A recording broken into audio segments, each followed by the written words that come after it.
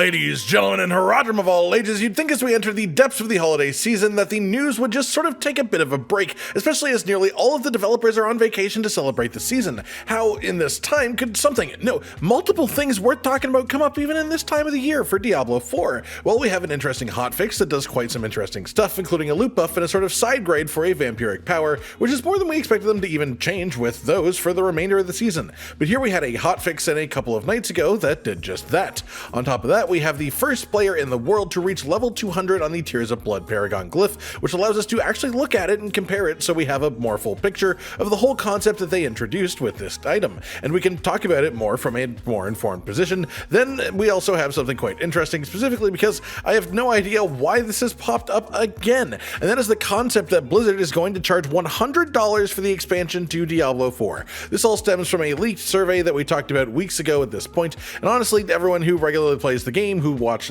anything about this survey, their issue with the idea of it was the concept of pay to win, as there was some definite pay to win type questions going on in the survey. But then when game journalists latched onto the survey and tried to talk about it larger, they all focused on and ran with the concept of the expansion possibly costing $100, because one of the packages that they were looking for input on was a $100 expansion package, and that doesn't necessarily mean that anything was ever going to be released at that price point, and that definitely was never a base price point for the expansion itself. All that said, the proliferation of that headline seems to have just sort of grabbed root in the community a bit, and now it seems like a lot of people are just straight up expecting there to be a whole $100 based priced expansion coming next year, and rightly, if that were the case, they are getting pretty irritated at the concept, but also unrightly because, well, it's just not going to cost that. It's this sort of situation where some marketing decisions on articles about the survey have led people who only read headlines to believe something that isn't quite true, and that's causing a bit of problems. But, well, I digress. I'm sure the developers will comment on this after their vacation is over, if it keeps up at its current pace of growth at least, but the truth is the expansion itself will not cost $100. It could have like a super mega deluxe edition that does, maybe, but the base expansion definitely won't. Anyone who is upset about this probably doesn't realize that little caveat there, so it's important to talk about. But even so, it's not really their fault that there are tons of sources just yelling Diablo 4 expansion $100 at them. Moving on then, let's just talk about the hotfix itself then, and the actual game. The poster child of this actual change was even announced on its own by the Diablo Twitter itself, and it's doubling to the drop rate of Uber Uniques from Duriel until January 8th as a sort of holiday gift event to the players. See, when I first heard about this, I thought it was just a permanent change, not a short-term event, and I thought, oh, that's great, that's really good, because Duriel Farm for Uber Uniques is a really good system they added to the game, but the drop rate on this system is pretty abysmal, so I was happy to hear that it was increased until I realized it was only short-term. And yeah, it's alright I guess that they've done this, but it feels like it's a little bit late in the season for it to really properly matter, as we are 4 weeks from the end of the season.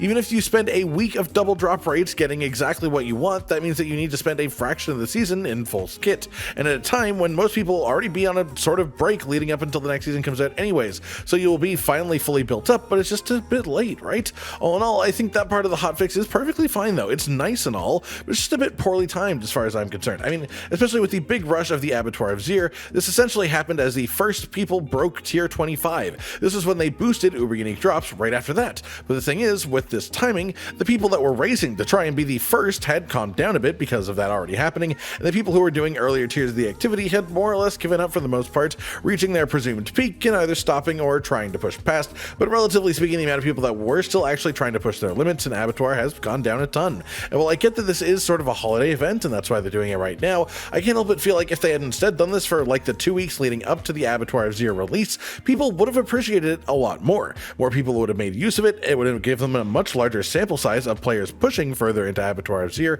and letting them get an actual basis of understanding of the power of the Uber Uniques in builds of all kinds, so they know how to balance around them, or even just rebalance the Uber Uniques themselves. On top of this, they also have changed the unstoppable duration of metamorphosis to be a static duration to 2.5 seconds, rather than actually increasing duration with levels as it used to do, and they also increase the damage of dashing through enemies with this power. That also makes this power line up better with Tybalt's Will's buffs for sure, and the damage boost is just nice, but do be aware that the tooltip on these pants will not reflect this change in game until the actual next client patch itself. Then following that, we just have the first player in the world to have reached a level 200 Tears of Blood glyph. This happened in China, and this thing is absolutely nasty. The last level, from level 199 to 200, was about 240 million experience for them to do it. 240 million experience for one one level, which is of course absolutely insane, and that doesn't even count all the levels leading up to that point. But now we can finally see fully accurate stats for the Tears of Blood glyph at level 200. 6% multiplicative damage per 5 core stat purchased in radius,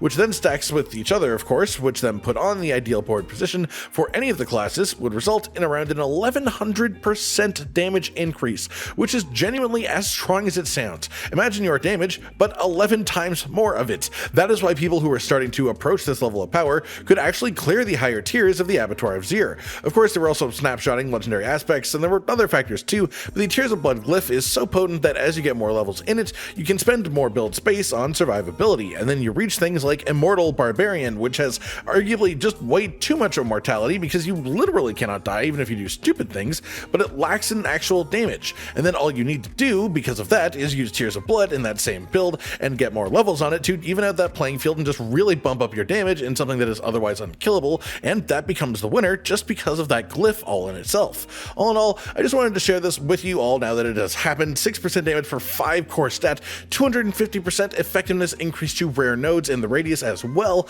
This thing is extremely, ridiculously strong, but obviously it would take a ton of farming to even get it to anywhere close to that point for yourself. Honestly, that if anything makes it even cooler to see the limits of this here, at least in my opinion, because most of us will never actually reach it ourselves. As far as the actual community reaction to the hotfix that has come out, then it seems a lot of people just think that it should have happened earlier on. It's not that it was a bad hotfix by any means. The actual changes to Uber Duriel, giving him the ability to drop Uber Uniques at double the rate, is nice, but I think they also managed to do something sneaky here by dodging telling us the actual drop rates. We've sort of assumed as a community due to some stats that were released early on that it was around a 2% drop rate for each time that you killed him per player, and that has not necessarily held true for a lot of people. Some people have luckier results, some people have a lot less lucky results, and I'm thinking after all the testing that we've done as a community that it's probably closer to 1.5 or 1%, and here they actually double the results here. They've doubled the actual effectiveness of this, and they've not actually told us what they doubled it to or from, which I think is a little sneaky way to say, hey, we've made it bigger, but it doesn't really tell you how much bigger it is because you don't know what it was in the first place. You just know that, hey, it's more likely. So they've done something nice, but we don't know what it actually means, and that's a sneaky way to just not tell us the inner workings of the game quite yet, because maybe we're not quite right on our guesses. That just about does it for today then, everyone. Just some discussion about the resurgence of the idea that the expansion would cost $100, as well as some talk about both the hotfix itself, of course, and the community's general feelings about it, then just some talk about the level 200 version of the Tears of Blood Paragon glyph. I hope you've enjoyed this then, and let me know your own thoughts in the comments down below. Like if you liked the video, subscribe to the notification bell for more, and most importantly, ladies and gentlemen, until next time, stay sweet. Josh, Cotton, and Hollow with the videos, dropping the humor like a hammer on your tippy toes, bringing entertainment on a daily arrangement to take our insanity and turn it into entertainment. Yes, I said entertainment twice, to reiterate that it is nice to look into your faces on a mostly daily basis when you let us in your homes to make the whole world a stage. Goodbye.